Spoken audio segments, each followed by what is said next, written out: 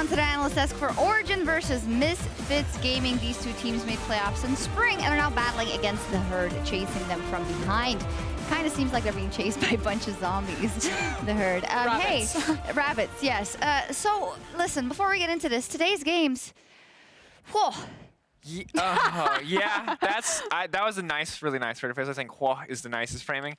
This has been a weird week of League of Legends. I said it a lot yesterday, and I felt like I was saying it too much, but now it feels appropriate given how many small mechanical missteps we've seen. It feels like people maybe are still on vacation just a little bit this week in the LEC. I think draft is more important than ever before. It was important at the start of summer. It is now exceptionally important, and I think that if you blunder a draft, you just kind of throw away games because our teams are at a high enough consistent level that we have decent macro understanding, although saying that on the other side of those last two games is a bit of a yikes. But yeah, there's too many blunders in draft right now that are happening across the LEC. All right, let's see if it's better here. OG versus Misfits, starting with Origen. Of course, yesterday they won versus G2, a huge improvement. And of course, it coincided with the joining of Jactroll to that roster. Yeah, speaking of drafting blunders, G2's composition yesterday, that was a bit of a yikes, and it just allowed Origen to set up perfectly for that big Malphite pick against the likes of the Ashe and the Kog'Maw. Alphari made Perk's life a living hell in those side lanes. And OG, of course, one of the first teams to transition into the now farming Senna that we're seeing come in a lot this week and a lot on 10-14 and using it to great effect. Obviously, Upset canceling that back there is significant. And while G2 tried really hard in this game, OG played perfectly to their composition, and this is something we've come to expect from them. Great result, but stepping away from that game and looking kind of at Origen holistically, which obviously is completely different now that they've got Jactroll in the bottom lane. It was said by both himself in the interview and by Guilloto that it was a lot about shot calling and about what he could bring to the team in that regard. So is this a new wind for OG, and have you seen enough? I guess no, but it was a promising start. I'm gonna be really honest, and I said it on cast, and I'm gonna say it here. The tape that I had from Destiny, he didn't play that many champions on stage. Maybe something was happening behind scene in scrims, but as far as what I saw on stage, he had like a pop-off Thresh performance, and basically it was Nautilus, Nautilus, Nautilus. Involving Jactroll, again, from the tape that I've seen, you already have a much wider champion pool. Hilariously, they then instantly lost the Tom Kench for him.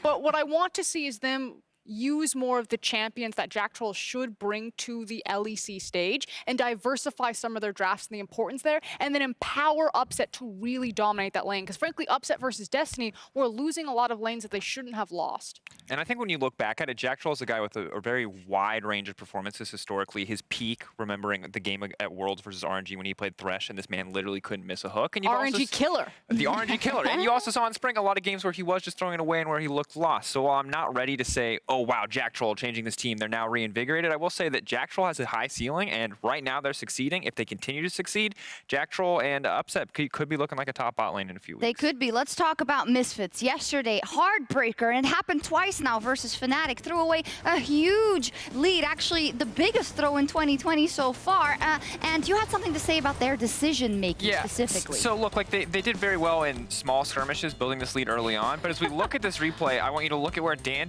and DOS are, followed up by Razork, and now look at what the two people who do damage are. That's Kobbe and Febiven. Those are the people you need to keep your eyes on. Boom, DOS goes forward, boom, Razork goes forward. Oh, where are Febiven and Kobbe? They're miles away. They're not doing any effective damage, and this is just a basic math problem for Misfits to solve, but they can't, and as a result, they give Fnatic this perfect window of opportunity to turn around an unwinnable game. And while this team fight was a blunder from Misfits, I do personally feel that the game was almost kind of thrown away before this in some of their macro decision-making. And that's the word that we keep saying with Misfits. The macro decision-making. They should have hard forced the Baron. They didn't. The game got stalled out to the Elder. They needed it to win. And at that point, Fnatic's composition had already scaled up to a point where you can never dive into that. Misfits comp had run out of steam to what Fnatic had put together. We don't have a lot of time left, but next to that decision-making, I do want to just hone in on the mid lane matchup for just a bit, if you guys can keep it brief, because it does seem like these are two players in both Nukeduck and Febiven who we know have very high highs and have in their time played phenomenally,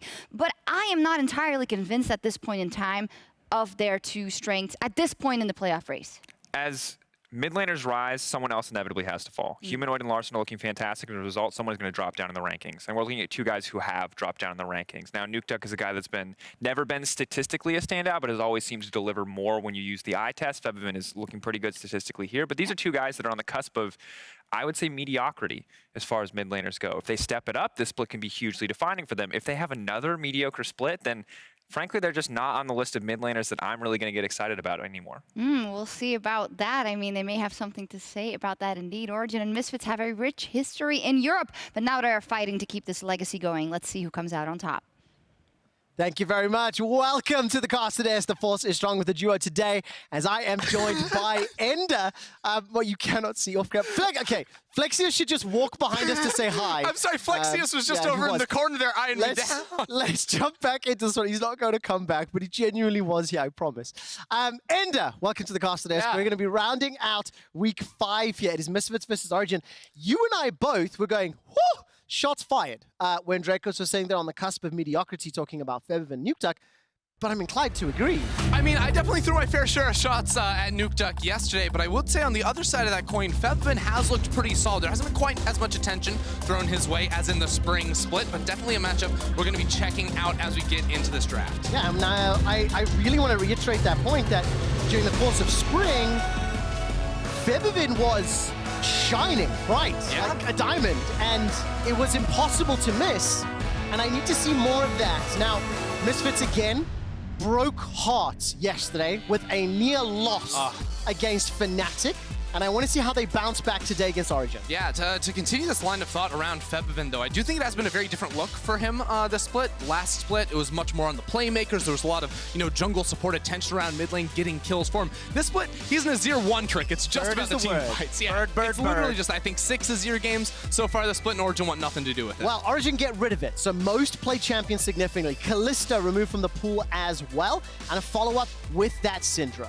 All right, so the Syndra's still getting taken away here, and now we sort of look towards the AD carries. I was going to say Senna gets removed. Aphelios, Ezreal still going to be left up. So now whether or not Origen want to ban one of those and call the sort of response out of Misfits could mean the Orianna first pick, and as they say that, it gets banned away. Taken away, and I definitely want to keep my eyes on Origen. Yesterday's victory over G2 was exceptionally dominant. It was one-sided. Once OG got ahead, they did not let go. And you and I have spoken extensively about Jactroll. Jactroll has spoken extensively about Jactroll. Yep. And hasn't been afraid to say that he is the shot caller. He stepped in, the players are following him. He taught Origen macro. This is something that he has claimed directly in that interview yesterday. We see the Volibear now locked in, and my eyes are going to be on what can Jactroll do. He still has a lot to prove in the public eye, and Origen obviously believe in him. I mean, I think yesterday people were maybe a little sad to see the Tom Kench. He had a solid game on that, so I want to see some engage from him. The Thresh is going to get locked in. That's exactly what you want to see. Some 2v2 lane power there with the Thresh alongside the Aphelios, and this comp is going to be built all around upset, it looks like. So on the other side, what do Misfits then go for here? Because Ezreal, if you wanted to go for the, fight back inside the lane, you'd look for a range support now for DOS. He has played the Karma once so far this split. I know that's a lane we've been hearing rumors about a whole lot, but Febiven will be instead going over towards the Galio. It still has the flexibility of potentially moving down into the bottom lane, but I think that would be a Febiven pick. And I mean, the Volibear as well, technically a little bit of a fix. We expect that in Xerxe's hands. That'll be jungle, yeah. Yeah, definitely going to be the case there.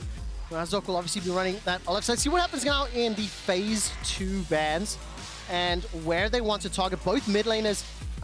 There's a lot available to them, and obviously with the Orianna, the Azir gone, a lot of those comfort champions, the fallbacks. TF has been the flavor of the weekend for me. It's definitely been seen significantly more now. We're in week 5 and 10-14. And Nukeduck has played a game of TF so far this split, so could be a good option to sort of follow or, beat Galio to those roams, because already what I'm seeing from Misfits, when you have this, strong, early aggressive jungler in the Olaf backed up by a roaming mid laner, assuming that is going in towards that middle lane, I think Misfits actually would love to attack top lane here. Alphari has been such a strong point for Origen that if you have the Galio able to get out of lane, Olaf can get priority through the jungle as well. You can set up for some attacks around that level 6 mark for the Galio. Very happy to see the Karthus banned away. Xerxe, we know, is a fan of that champion. Blitzcrank and Gangplank, the next 2 targets, removing some of that global pressure. And a Blitzcrank targeted there at DOS. We've seen some fantastic Blitz performances, but I like that he's showing his face a little more. Yeah, and we have seen Blitzcrank be a pretty good answer into the Thresh before in the past, where, you know, you just lock him down. His Lantern's not going to be very helpful there if you're pulling him or pulling people out of the Lanterns. We saw Hylissang do that earlier on in towards the split. So DOS will be going on to the Leona now, which again gives very solid roaming options too. So Misfits have a whole slew of, you know, ways they can play this mid game, where you can have Olaf pairing up with the Leona to attack around mid, team up with the Galio as well. Whoa! Misfits have a lot of options. They do. Oh, sorry, Lucian locked in now.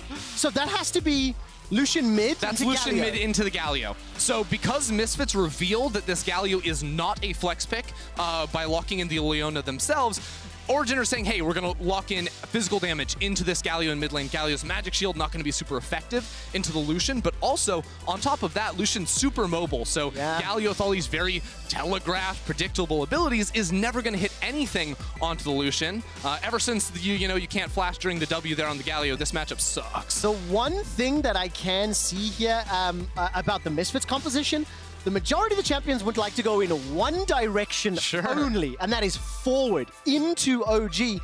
Kobbe on the Ezreal has some self-sufficiency, of course, but the Malphite, seeing more and more play running that into the Kennen, will be able to look to target and just insta-give the Aphelios. Yeah, I mean, the Aphelios and the Lucian pretty low range too. Lucian can dodge one ability, but he can't dodge a Solar Flare, and the Malphite ultimate and the Galio all flying down at his face. So again, Origen are going to have to figure out ways to use some lane dominance through mid and bot lane early, whereas Misfits have these tools to attack side lanes and attack pretty much anywhere on the map by teaming up this Leona plus Galio plus Olaf. Very, very interesting, and still a slightly different look here for Febiven. We talked about it, and let's take a look at Origen versus Misfits.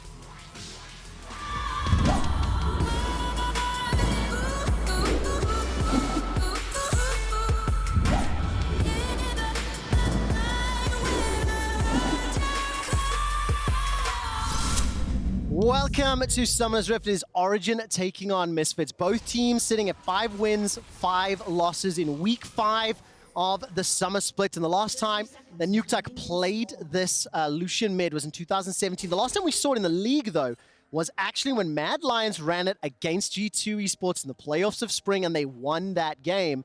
And that's why I got excited. I was not expecting a Lucian mid. I joked about a Z mid, and but I love the fact that it's Lucian today. I mean, Lucian is definitely a very different look here for Nukeduck, a player who has received quite a bit of criticism from the community. We'll be looking at that, but the big spotlight for me, not just in this game, but this weekend, has to be Jactroll in the bottom lane, because I think him and the rest of Origen came out yesterday, put up an amazing performance, frankly, up against G2, but one game, one win does not make a player, and Jactroll, who has received a lot of criticism himself, needs to prove himself here today. Now, I talked with Aphelios a whole lot before this week about this change, and there were 3 key things that he said him and Origen were going to be judging Jactroll on and wanted to see him succeed with here this weekend. First of all, 2v2 lane dominance. In Spring Split, Upset looked real good in the bot lane, but things have sort of slowed down for him and Destiny as a duo bot side, so Jactroll is brought in to try and reinvigorate that just a little bit. Outside of that, it's how he can work with Xerxe to force plays, make proactive movements later on into the game, and if he is on engaged champions, can Jactroll proactively find these fights? So early game, I'm looking at that 2v2. Mid game, from 10 minutes to 20 minutes, how does he work with Xerxe? And all game long, when he lands a hook, is he going in? Is he calling the team in with him? Well, what a champion to evaluate literally all 3 factors. We could not be blessed with a better pick than the Thresh. We can already see Upset and Jactroll pushing forward, and this pick, the Lucian into the Galio, this was Nukeduck's ability to counter. He started off with that cull, and he's already bullied Febiven. Say Lucian level 2 power spike. I know you want to. I'm trying to avoid it. It's such an old line, but Febiven is currently playing chicken because he needs to be a little bit careful. He needs a lot of time. And honestly, the kits, the natural itemization that Galio wants to build, is not going to help him against this pick. The skin definitely helps him play chicken as well, right there. It does indeed. Thanks for noticing. But honestly, Nukeduck, so this matchup, we joke, but it's going to be a power spike every level, if you want to call it that. Basically, you just constantly, when you're going to push him in, you're going to be able to deny him CS underneath this tower. So I love that we're seeing Nukeduck use that pressure to allow Xerxe to walk on in here. But Xerxe is late on this invade just a little bit. Razork has already completely cleared his camps and is level 4, so needs Alphari to come in clutch. Alphari's the first one to move the lane, and Dandan still has to stand there and farm. Razork down below, flash under the tower! Xerxe gets first blood, and he will be able to waddle to safety. Despite late to the party, he still gets the present. Well, you know it's broken if it can beat Olaf when it's level 3 and Olaf is level 4. Wow, that was rough right there. Xerxe just walks on in there. 4 camps up against the 6 of Razork, but still wins the 1v1. Now talk to me about how Razork played that 1v1. Do you think there was different options that he could have executed there? Because it looked like he just got surprised and then ran and died. He could have flashed much sooner, but he walked to go pick up his axe, which I'm not really sure why he did that. He clearly didn't think that Xerxe could follow him over the wall right there, but Xerxe was able to get it the extra auto attack in the end. Now, with the context that Xerxe's got first blood, Razork in a little bit of trouble, but we know Olaf can still clear well. What does this do for the next few minutes? You've already mentioned that you want to see how Jactroll and Xerxe will combo up. Well, Xerxe's got an advantage. Let's see if they can unlock him or utilize him in some way. Sure. Well, right now, Razork is just trying to steal away a camp right here, which I do think is a good move, knowing Xerxe was going to be stuck topside and needed a reset after getting the kill and the Scuttle Crab. So it's a nice steal away from Razork, but he's going to have to watch out for his own Raptor camp. Because Xerxe, with not a whole lot to do after his Krugs, is either going to look for a bot lane gank. Since it's pushing in, I think that's a good option. He's just going to go for that right now, potentially. Change his mind at the last second. But because Xerxe had vision of the Raptor camp, knows it has respawned now, and knows that Nukeduck can help him out very, very easily by rotating on up there, Xerxe can look for repeat invades into Razork's jungle. Let's see what decision-making he goes. The jungle is currently clear. Jactroll tries to interrupt the back and wasn't able to do that. By the way, while all of this is going on, part of the reason Dandan couldn't help out Razork in the jungle, he's already down 18 CS. I imagine there's a number underneath the tower. You expect Kennen to push the wave in and be able to bully Malphite very early on, and that is exactly what is going on as we catch a glimpse here of DOS roaming to the mid lane. Yeah, so DOS was, looking for movement right there, and this is what we mentioned on resets from bot lane. DOS looking for plays alongside Razork, but frankly, you're going to lose when you match up in a 2v2 or a 3v3 because of just the advantage Nukeduck has here. I am honestly surprised to see Dandan fall so far behind in CS because, yes, this is a difficult matchup for the Malphite. He gets pushed in by the Kennen. Kennen is ranged, and that's rough. But Dandan and a lot of Malphites in this matchup actually set themselves up to harass the Kennen in lane phase. So you notice he has the Arcane Comet. He's going to have Mana Flow Band as well, on top of Corrupting Potion to be able to try and spam out Qs pretty rapidly here, which really exploits Kennen's main weakness, which is his lack of sustain. If you actually fight Kennen a lot, those are the matchup he struggles in. And you can see that Alphari clearly cares about that, because now he has double Dorans and a Cull. None of the poke that Dandan is going to try to go for will stick at all, and that's just going to make his rune choice, frankly, really underwhelming. Yeah, definitely the case. I mean, even under the tower here, Dandan does have access to that unstoppable force now, but is continually being pushed under the wave. I'd like to take a look back in the bottom lane, and I want to just go back to the story that we set up early on. Let's look at Jactroll. It's one of the big ticket moves in, frankly, one of the top tier teams. 4th place from Spring, currently sitting in this bunch that are tied at 5 and 5, and Jactroll an upset, making their way to level 6 as a number of Origen members are now going to meet a little bit of pressure. The taunt comes down. Nukeduck is able to put the culling out. Razork once again is going to go low. Heal comes out. He turns it back around, and Razork donates a second kill. Nukeduck and Razork, Febiven was just not on the same page as Razork. I mean, they were on the page of let's fight them, but I have no idea why you're trying to fight a Lucian as Galio here. Yes, Galio hits level 6, but that means nothing. You saw his full combo did, what, 35, 40% of Nukeduck's HP? Well, Nukeduck's full combo just kills you, and you saw that right there. Razork without a flash gets punished super heavily. 2,000 gold in the lead, Ender, at 7 minutes already.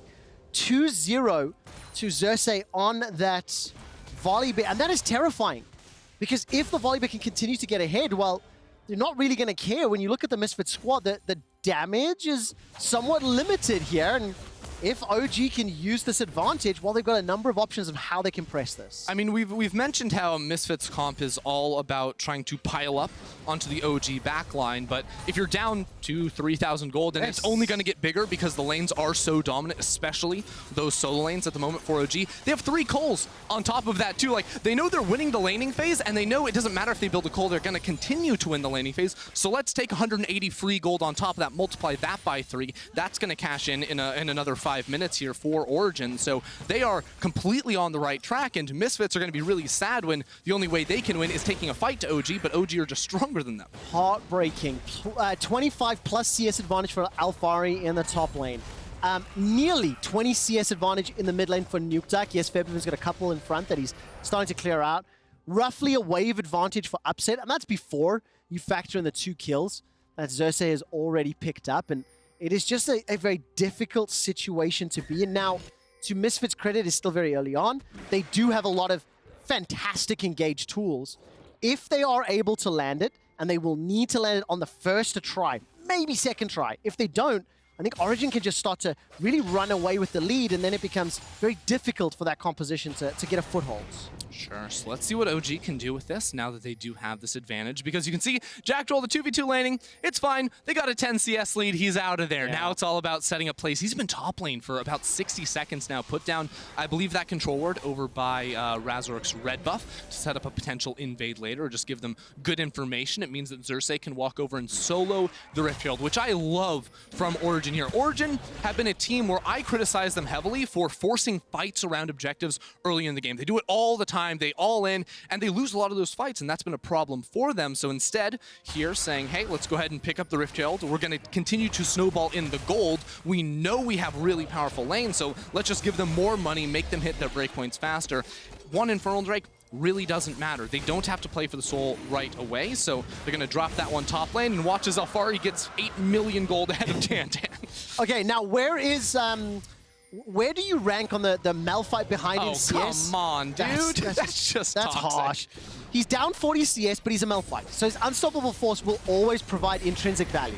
The question is it enough to make up the fact that now this tower's going to go down, the fact that he's in this gigantic hole, that Alphari's Kennen's going to get so far ahead? Like, it feels so much bigger. It's huge. Yeah. And if I'm looking at this matchup, because I played a whole lot of Kennen back in the day, Alphari playing this beautifully right now. Turret is on 1 HP, and he's just denying as much CS as possible. He's got to fight bot. Jactroll's in a little bit of trouble here. Damage onto Razork, but he's got no support. DOS was too far away. Kobbe was ushering the wave into the tower, and they will be able to take just 1 plate. While the tower first blood is picked up by Origen. 3,000 gold advantage for Origen, and the second plate should just about ding. Doesn't even go down at the moment, and DOS is now going to look for an opportunity. This is a good move, but can they actually land it? I'm not convinced. Flash for Flash. The taunt still lands as the curvature of the Rift manages to get Nukeduck caught down, and well, Nukeduck gets caught out. It does cost a flash, but frankly, Misfits will be happy with that. Yeah, no, it's a really good roam there from DOS. I was honestly surprised to see that Nukeduck doesn't have Nimbus Cloak for himself off the flash there, because if he has that, he's able to scoot on out of there, and it's such a popular rune. I think, like, if anyone's in the sorcery tree, you know they have that rune, almost certainly here, because of how powerful it can be, both for chasing down kills and getting out of troublesome situations. But as you can see, there is inspiration. Yeah, definitely not on that tree this time around. Blade of the Rune King was just picked up, by the way. Nukeduck, he has already made bank from that cull. 107 to 93, 114 to 69 CS between Alphari and Dandan. And he's also making his way towards that Hextech Gunblade. Manamune's been picked up by Kobbe.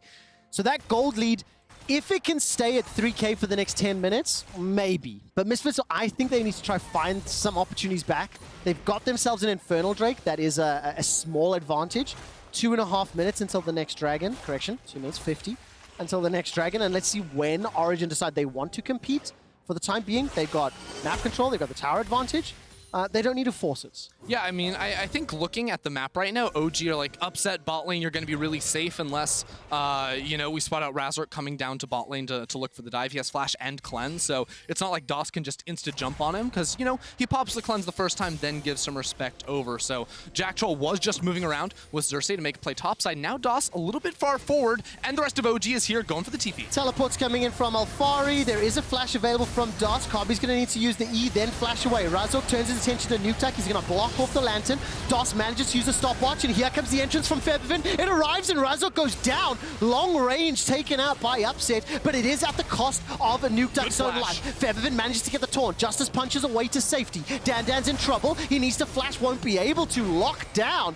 2 for 1 in favor of OG. That was a little awkward at the start right though. OG didn't look like they fully wanted commit in towards the fight, but right at the end there, Dandan tried to jump forward. We were saying, hey, the unstoppable, the ultimate, it's going to be so powerful. Well, if he gets flashed away, it has 0 value there. Alphari juked that one and was able to turn it into a kill.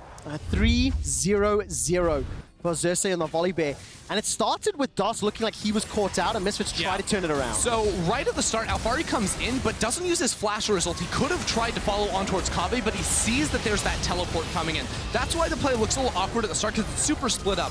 The Olaf is going to win the 1v1 up against the Lucian, does get traded out by Upset, but Alphari's ult did pretty much nothing. This is where the fight should realistically end, but Dan goes forward. Now Xerxe is here on the fight, and once Misfits use all their go-in stuff, well, they can't stay in that fight if it misses. Yeah, definitely the case. A little bit of a shotgun comp. There's a really old term that we used on the side of Misfits here. If they fire the shotgun and don't kill something, problematic. Dan's in trouble, and he will be able to stay alive just a few seconds longer. Get the flash out of Xerxe, 0-2. He is not having a fun time today. No, he is not. And 4 kills for Xerxe on the Volibear. I'm at a bit of a loss for words here, because Misfits have put themselves in positions where they could get punished, and then they just have. Yeah, I mean, I think it all started very early on where, you know, Razork was just full clearing his jungle, you know, doesn't really suspect anything is going on, gets invaded, dies to a level 3 Volibear, you know, not quite quick on pulling the trigger with the flash, but then there were a few fights in a row where Febiven was going in and it looked a little bit silly, and now we're at the point where OG have super powerful solo laners that they can play around. This Malphite can't stack up against either the Kennen or the Lucian because he's building MR, Kennen went for the Gunblade, there's the Blade of the Ruin King on the Lucian, so it is just hopeless for him, and honestly, he's just giving up top lane. Like, there's a wave up there coming into his tower that he's not farming right now because he's worried that he's about to get dove for the 4th time. Well, 3rd dragon available is going to be the Cloud. Not going to be the Mountain Soul this time round. That's one advantage here for Misfits. 2 dragons to nothing, but it is a very, very small advantage. I'm going to go back to something you were talking a lot about towards the end of Spring Split, Ender. Okay. Whenever Xerxe played against junglers who were weaker than him, was a discussion we'd have on how he would be able to read them like a book, he'd be able to outplay them. He sort of downloaded them, quote unquote, air quotes. And it feels like one of those types of games where he made a decision early on, has gotten into Razork's head. We saw that skirmish in the river and some question marks around maybe, you know, should they have gone in? Was it the right call on Misfits? But Xerxe is just popping off, and he's pressed that advantage further. I mean, he knew exactly where Razork was going to be. Pretty much every Olaf is going to go for the same full, you know, camp clear. And he had pressure, so much pressure coming through from double-range solo laners that he was very happy to go ahead and make that move. So once again, it will be OG moving on to the Herald, because they can just play around Alphari and Nukeduck this entire game long. We talked a lot about this. That mid lane tower has already been hit a little bit. That's one of the other great advantages of running a Lucian into the likes of a Galio, is you've actually been able to hit the tower for the last 15 minutes. So now one Rift-Tailed visit, a couple more auto attacks is very likely going to break open the tower, and that just makes it so difficult then for Razork to continue to farm his camps. Okay, I'm going to wait to see what happens to Nukeduck, but I've got a quick stat for you. It's a good one. It's an actually good one. It's an actually good one. Dun, dun, dun, dun, dun, dun. Has the pressure gone away? Yes, it has. Okay. Do you know what the gold lead at 15 minutes was for OG? I'll tell you. In what game? This game. Oh, this game. 5,300 gold. It is more than double their previous 15-minute record, which was 2,500 gold. Jactroll is the difference. Look, okay, that last one's a little bit of a joke, obviously. I think Nukeduck playing Lucian into Galio and Alphari on the Kennen. No, I agree. The last one was a joke. But genuinely, 5,300 gold lead is staggeringly high. The second Herald's going to come down. It's about to be more. Going to push this even further. Let's go back as Febiven is in some trouble. Jactroll's going to look for the death sentence. And the Rift-Tailed will get the boop off. Now, we haven't got a lot of opportunity to evaluate Jactroll on the 3 principles that we wanted to. 2v2 laning. Look, there was a lane advantage for a small time. It wasn't focused on him. It was not at all, no. We didn't get a chance to see Jactroll roaming because, frankly, Xerxe was able to Goomba stomp his way around the map and bring the fight to the bottom lane, right? But now we can start to look at how he's going to work with some initiations and some shot calling, which is what he's talked a lot about as well. Yeah, the rest of OG just pushed out mid lane, now rotating down bot side. This is the fallout of losing that mid lane turret, as OG can just brute force their way through the jungle. And I would say we have seen Jactroll working with Xerxe. I think one of the big things that I noticed a little bit in this game, but especially yesterday in the G2 game, was how him and Xerxe got vision deep inside the enemy jungle. Between 10 and 15 minutes, they completely dominated the top side jungle of G2, and that's a big difference here, I feel, for OG. It's helped them be a little bit more informed with the plays they make, especially around the Rift Herald early on in this match, and something that Jactroll has very noticeably brought to this Origen lineup. Yeah, and now we get to take a look at the Origen mid game. It's something that we've spoken so much about. It's only the second game with Jactroll here in the second half of Summer, but laning phase has gone well. Yesterday, a very confident win against G2. Misfits at this point yesterday were looking like they were going to beat Fnatic, and then it turned around. Albeit the team compositions were significantly different. The game was a little bit closer. And for now, what we're looking at is how do Misfits try to bring themselves back into the game? And on the Origen side, well, how cleanly do they close it out? Or how can they press this advantage? Historically, this has been a period of the game where they have slowed down somewhat and tended to play a little bit more cautiously. But my instinct and my gut feeling is telling me that Jactroll may not want to do that. No. He may want to bring just a little bit more spiciness. Sure, and the other thing is OG did give up the first 2 Elemental Drakes, so they are going to be playing for this Cloud in 50 seconds. The biggest, question is whether or not Misfits are going to contest them, because you look at Kobbe, he did just finish off 2 items with that Iceborne Gauntlet coming in, but I don't think Misfits are even close enough to be able to fight. Look at that gold graph on your screen. Yeah. I mean, top 4 players in the game. Obviously, OG now, again, look, it's 6,000, 7,000 gold in the league. Jactroll is clearly better than DOS as well. This is going to be the case. Now, that would be an interesting question to ask on a lane minion. Whether or not the public at home think the same. And look, 20 seconds to Cloud. Misfits are in a little bit of a position where they think they might want to. Do you think they should pick this fight? No.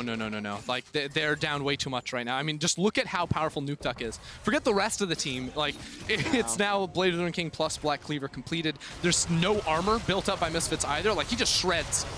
Well, DOS is dead. Jactroll greater than DOS. Death Sentence connects from range. He just eats a full channel culling, and I'm disappointed.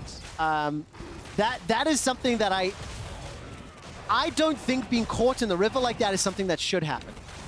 I mean, it's a failure on multiple fronts, because on one hand, it is an individual failure by DOS to get hit by the hook, to be in that position, to get caught out and to die. On the other hand, like, why are Misfits making the call to contest priority in mid lane, contest vision inside of the river? Like, OG had full dominance around that area. OG are way more powerful than them, and yeah, you can say, well, maybe they don't feel good about their scaling, and they shouldn't, because it's all being loaded onto the hopes of an Ezreal later on into the game, but I don't think their best option is to be like, let's take the 5v5 team fight right now. I want to take nothing away from OG because they have caught every ball that has been thrown their way, right? But this game feels so reminiscent to me about the loss that Misfits had to Rogue in the beginning of the split as well, where Razork was just out of his game and threw away a couple of very early kills to Rogue. They tried to make some skirmishes happen and got caught out in slightly strange positions. Like, it feels like a off game for the team because there's a number of small mistakes that are happening consistently over 20 minutes that are getting punished. Yeah, so there have definitely been the small mistakes from Misfits, but I don't think it's to the same level that we saw earlier in the split, because this game has not been decided by OG punishing Misfits' mistakes. This game has been decided by OG being better in every single role than Misfits. Fantastic. All right, thank you for that clarification, because that's right. I remember the Rogue game. It was literally the inting that gave the gold lead, and then after the gold lead, the advantage was taken. This time around, it was Xerxe's first proactive move into the jungle, and then reacting with that play down in the bottom lane. So definitely some bright lights here for OG. And it's not just that OG have been like skill checking Misfits in every lane, it's just the draft too. Like, they got really powerful soul lanes to be able to play around. Here we go. All right, there we go. It's going to be locked up onto Nukeduck. That is one kill back. That is what you need multiple times now. Stall it out, slow it down, close this gold gap. And this is exactly what I'm saying. Like, yes, Misfits need to force fights in this time frame, because the later this game gets, it doesn't get easier, but it needs to be picks like this. DOS, what are you doing? Yep. Well, DOS looks like he's being DDoSed as he just gets caught out again. Rooted up, locked down, does survive significantly longer than I was anticipating. But is the 7th kill that Origen have picked up, and you can hear the disappointment in my voice, and it's being reflected in the shaken head by my young Padawan, Ender. And at the end of the day, Misfits are just starting to fall apart. Now they will look for a reply back here onto Jactroll. Decent enough damage. Forces his flash out. That is actually a good little turnaround because no flash for him means he is a potential target later, but they are in threat. Middle tower's chunked out, bottom tower's chunked out, and Dandan, he's nearly been flame horizoned at 23 minutes. For the younger viewers out there, that means being overtaken in CS by +100. I just realized that. Like, we just assume everyone knows what a flame horizon is. Yeah, Maybe Flame not everyone doesn't, does. like, even really play anymore. Exactly. Exactly. Oh, here we go, Alphari. Well, this is exactly what Misfits will be looking for. Yes, they didn't get the kill. Take the flash, right? Dandan will be able to land an unstoppable force maybe in a moment or two. I'm looking for silver linings here because there's going to need a lot of silver linings to form a gigantic thread. Yeah, that's like all you can look for right now as you are Misfits, and then you just got to make sure when you do get a kill, don't throw it away on the other side here, because that is definitely not what you want to have happen. Down 8,000 gold currently, and now I'm back on the Jactroll train. You know, what's he doing? He's getting the deep vision, setting up for potential Baron later on. Just looking for the picks on, honestly. Oh, that was good. Good sidestep. I didn't think he was going to go left. Yeah. He did. Manages to turn it around. Jactroll, not your fault. It's a cloud map. It's a little unfair. They got that extra movement speed, so it's a good dodge there from DOS. But once again, very precarious position for the Misfits support. Color casters don't like it when I ask this question. Honestly, ask me anything. I got you. Is it too early to get excited for Origen with Jactroll? Is it too early to start buying into the hype? Like yesterday's performance against G2, today's performance against Misfits. So, yes, I think it's too... So, get excited. Don't get your hopes too high just yet. Okay. Because OG have been playing very, very well. And, you know, there's a thing when you bring in a new player, like the honeymoon phase, people like to call it, where just having a different element, a different atmosphere, and then starting to win can give you the confidence you need to start winning. Because this game has not been decided by Jactroll. He has been a very important part of it, has been playing very well himself. But this is really, like, I'm more excited this game to see just Alphari, Xerxe getting into the enemy jungle, absolutely dunking on Razork, Nukeduck slamming Febiven in the mid lane too. Like, these are the types of things that I think have impacted this game the most. Well, it's really good to hear because those are a lot of the players that have been talked about, and you know, where is the impact? Nukeduck in particular. And his scoreline doesn't say it for Nukeduck, but the early game had a huge impact. The amount of pressure that he exerted on Febiven cannot be discounted. You know, Febi was under his tower the entire time, and every time Jactroll's landed a death sentence, it's felt like the culling has been there to help. And Misfits, look, this may be the first tower of the game. Is there minion support coming in? It looks like it. Febiven will be able to pick up the first tower for Misfits 25.5 minutes into the game. They are still in that 6,500, 7,000 gold deficit. Cloud Drake will be picked up here by Origen, so that'll be 2-2 as far as the Drakes are concerned. And we have seen a slowdown in the game. Origen have not overstepped the bounds. They've put a lot of pressure on those inner turrets, but they've yet to crack them. And I think they feel comfortable just building up this lead, but inadvertently, it has allowed Misfits to find a few kills. So, this game is slowing down, but it's not Origen's fault. No. They've actually just won too hard too early on that Misfits aren't going to contest them around any objective. Like, OG already took all the outer towers. The inner turrets are getting chipped away, but, you know, that's one of those things that happens over time when Misfits, you know, mismanage their waves or try to make a play somewhere else on the map. But if Misfits aren't making plays, this game is going to just, you know, continue to slow down because all Origen are just saying is, hey, Upset, how close are you to that Death Dance? You know, when do you want to go over to the Baron? Like, Nuke just hit his items. Like, their only decision left is when are we going to start up this Baron? And I think they can wait. Okay, let's see what they do. We've got a moment or two. I'd like to talk about itemization really quickly. Death Dance was picked up by Kobbe. He's got the Muraman and Frozen Fist. Hurricane IE for Upset. Phantom Dancer has just been added to the Black Cleaver. And just before the fight gets started, are we seeing anything that we like particularly or dislike here? So a few things. First of all, is Kobbe hitting 3 items is really big for Misfits, giving them a little bit more confidence, pushing up in mid lane. But huge purchase for Alphari is going for the Void Staff second here, knowing that Dandan's already building MR. Razork's going to be on his way there soon. Every single champion has MR on the side of Misfits, even that Ezreal because of the Death Dance. So I think that's a good move here for Origen. They're going to be waiting for a Rabadon's, I feel, for Alphari and the Death Dance for Upset. And at that point, Nukeduck's going to have his QSS, and Origen are going to be able to do whatever they want on the map. It feels like that's what they wanted, and what you said they may want to do is start the Baron. What do you want to see Origen do before they can succeed or before they can begin this. Get those items, push mid, push top, get vision in the enemy jungle, sweep out one time, you start up the Baron, you get a TP, then you wait a minute, you reset, you go back to the Baron and you do it. I think Deficia tried to write a book once, but the publishers told him that he talked too long and said too many words, so it was cancelled. But basically what you just said in one line is what he failed to sentence. do. That's it. He's buying some time. The producer's busy laughing in my ear at that joke, by the way, because it's true on so many levels. But Alphari's going to keep pushing this wave. He has Flame Horizoned. Dan with that exact wave. Thank you, observers, for highlighting it.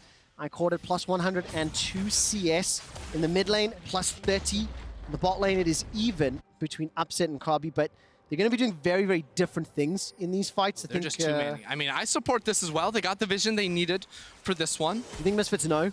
Misfits don't. So Misfits could be suspicious right now, but because Upset is mid lane, they're like, hey, it's probably fine. There's the blue trinket though, and this will force OG off of it more than likely. Okay, the True Shot Barrage was thrown towards Upset, not to scout out Baron. Cooldown is 1/4 of the way towards being available, so Kobbe will need just a little bit more time spamming out those shots. Let's take a look at the flashes really quickly. Everybody on the Origen side has them available, so if any fights were to break out, level 16 for Alphari, level 16 for Nukeduck, 14 for Dan, by the way. And yes, he's got those 2 items, but honestly, if that unstoppable force does not have an impact, this is the clearest example of a 4v5 that I've ever seen. Yeah. Oh, this is about to be the play for OG. So I'm not sure how much gold Alphari and Upset have right now, but they're both resetting at the same time. That tells me we have our Rabadons and we have a Death Dance completed. And that is going to mean Baron very, very soon here. Mercurial Scimitar instead. And I guess when you look at the potential taunt from Galio, the CC from Leona, do you like that over Death Dance? Yeah, no, I can definitely see the value of it. You can also, you know, of course, QSS Flash out of the Malphite ultimate. So I think there's a lot of value in that. He has the cleanse, has a lantern too, so maybe a little bit overly cautious, but this is fine, I think, especially after the changes to Death Dance that made it a little bit weaker on ranged users, less damage blocked there by the passive. Yeah, definitely, and we'll see whether or not it's going to work out. You can see the Aphelios item built by Upset, 22-0-2 in the game. And I guess when you've got this gigantic lead, you'd rather be a little bit defensive because you've got all the offensive items you need to kill the enemy team. It's 9,000 gold in the lead, and you called it. And buy the items, push out the waves, place the wards. Now we're waiting to see some of the sweepers coming down. Most of the vision has been cleared out. The observers have just highlighted that. And the call for you was get a TP first, back away, rinse and repeat. Yeah, now we're also going to watch Alphari is somewhere in the fog of war, very likely looking for a flank onto these Misfits users. If they push forward into the river, there's going to be a Kennen there ready on the collapse. Alphari's just south. He's in the middle lane. Dan has not teleported yet. The cullings come out. Dos takes a couple of shots, but frankly, that wasn't great. Baron's going very, very low. Flashes are available. Alphari's coming in from the side. True Shot Barrage is fired out. Razork is in the middle. He's stolen it! He's stolen it! Turns the game around after getting the Baron. That's too much of a stretch. Doesn't turn the game around. Stalls the game out. Stalls the game out. I cannot believe he stole that. It's... Origen, you're doing everything right, then you took the 50-50, and they tried not to take the 50. At 2k, they back up, but Ezreal hits that Baron for 500 with the True Shot Barrage, has the burst damage coming on around it, so OG just took it down to 2 little HP. If they stick it on 3,000, that's gonna be fine. Have a break, have a Kit Kat.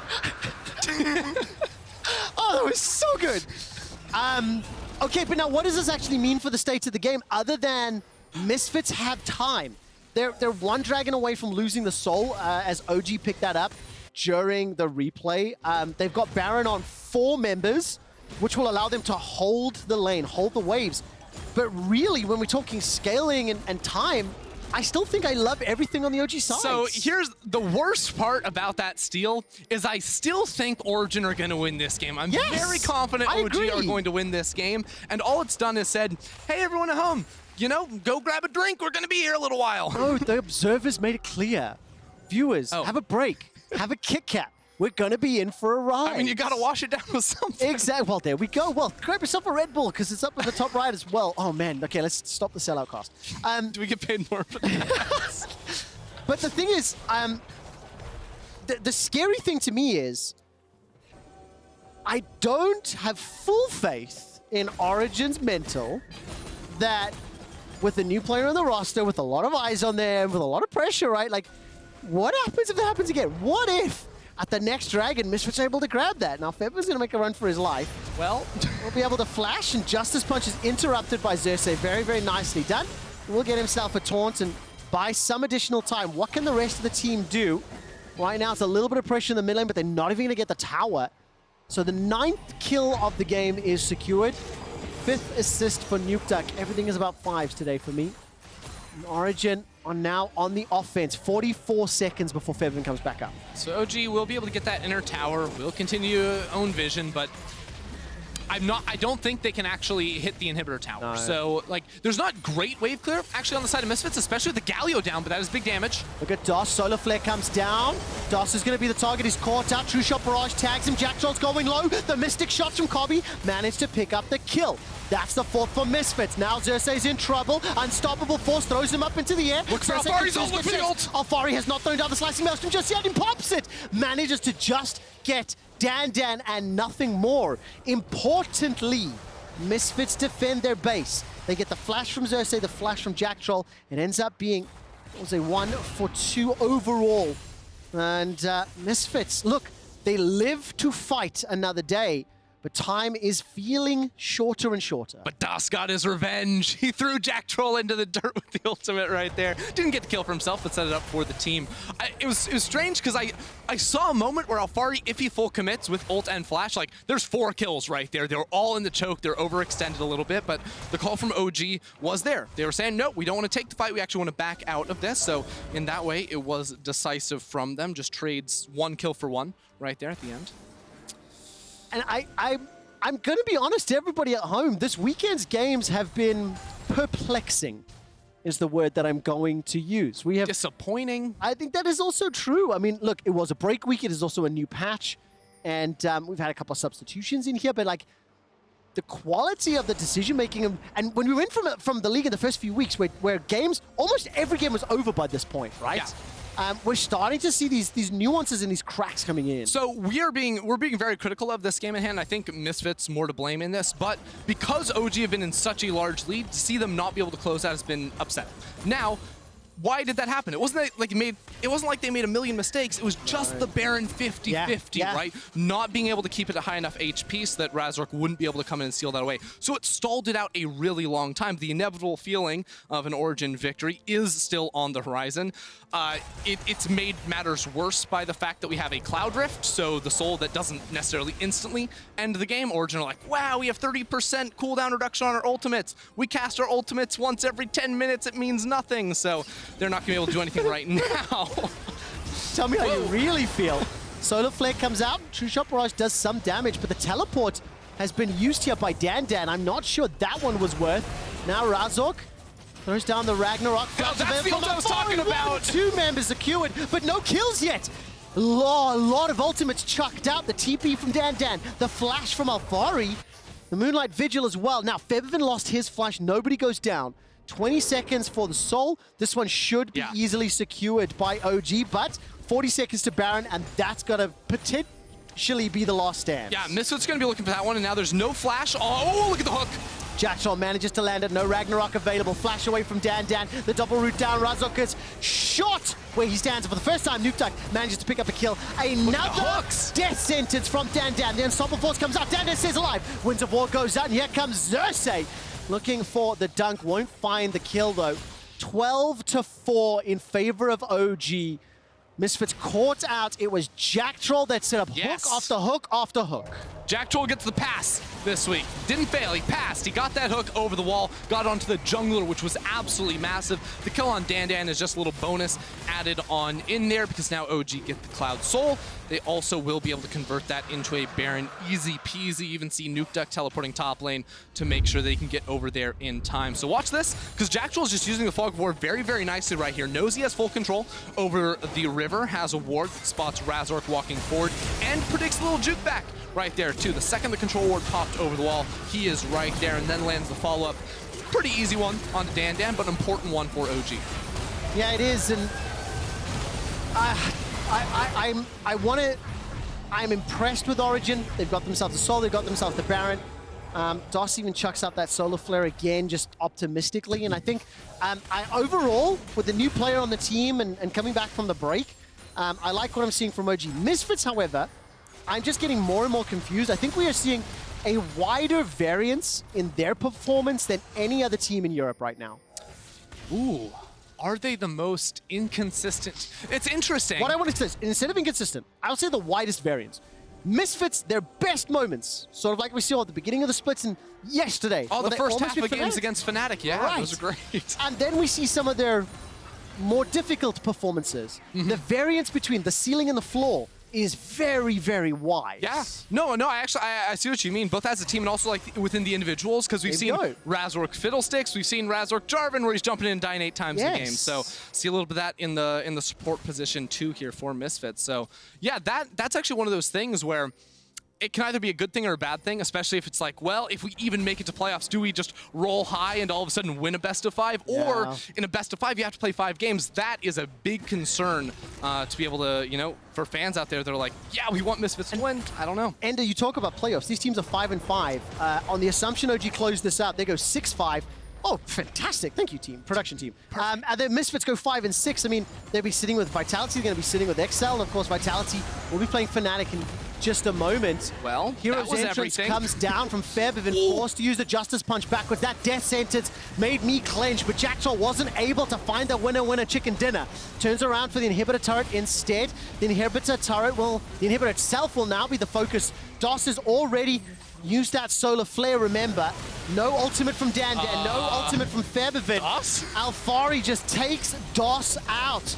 Command dot execute completed. Xerxe now takes a bite out of Razork and he's locked in place. The Ragnarok is used and not gonna save him. OG are shooting fish in a barrel, or shall we say bunny rabbits in a cage, as now the dunk comes down from Xerxe. That's a terrible image. The towers are deleted and the holy hand grenade has been lobbed. Origen are looking onto the Nexus for now. Febiven and Razork starting to step backwards. Nukeduck just dancing and diving around the champions. That's a golden chicken in the mid lane as Febiven will look to Justice Punch for a few seconds longer. The unstoppable force is too little, it is too late, and it is not enough for Misfits to stand a chance. Origen gets a Quadra, and they win the game before the Penta can come in. Alphari is as disappointed as you can be. For the first time ever, the Winions are the enemy. They didn't need them that quickly. They wanted the Penta, they wanted that Fountain go out with a little bit of style. It was a slow burn there for Origen with a little bit of a misstep around the Baron, but of course they have, I mean, they just slammed every single lane. Like, you kind of knew it was over from 10-15 minutes onward.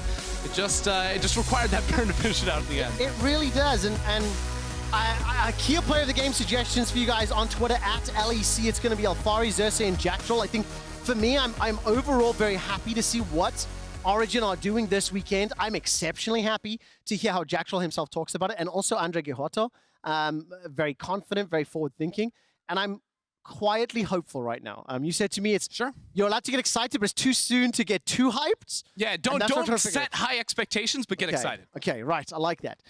Same question for Misfits. Do they make playoffs in your mind right now?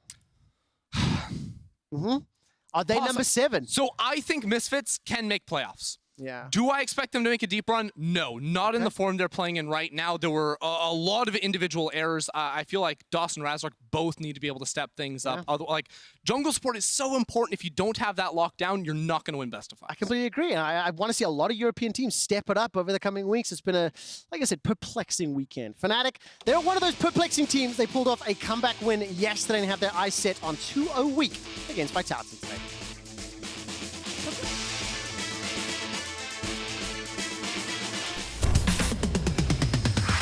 Closes one out cleanly. OG thought they could have a desperate last stand, but all it was desperate. Triple kill comes in for Kobbe. Do they try to give him the Penta here? That's what I want to see. Penta! Give it to him! Penta kill! We're not scared to contest enemy players, even let's say they were better, right? We are just not afraid of anyone. We just want to win. Off-bait. MSF forward. We're going to get in against them. Their Trick's now going to be in trouble. He gets taken away. That one, that's going to be first blood for Whipple. They're going to keep the fight going. Ground shot now caught out as well. I actually think Vitality is a really good team. I just get the feeling when I watch them that they are so like sure of what they want to do. It's a very important matchup for us.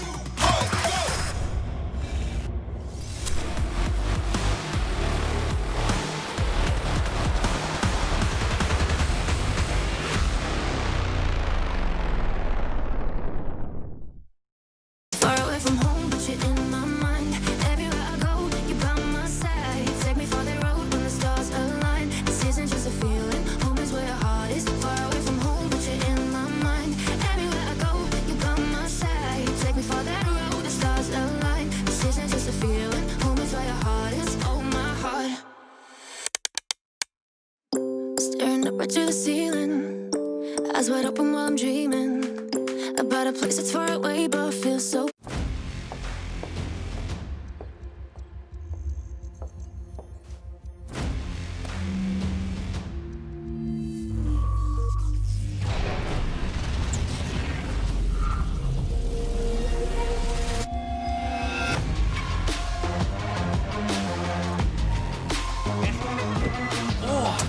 Charged up.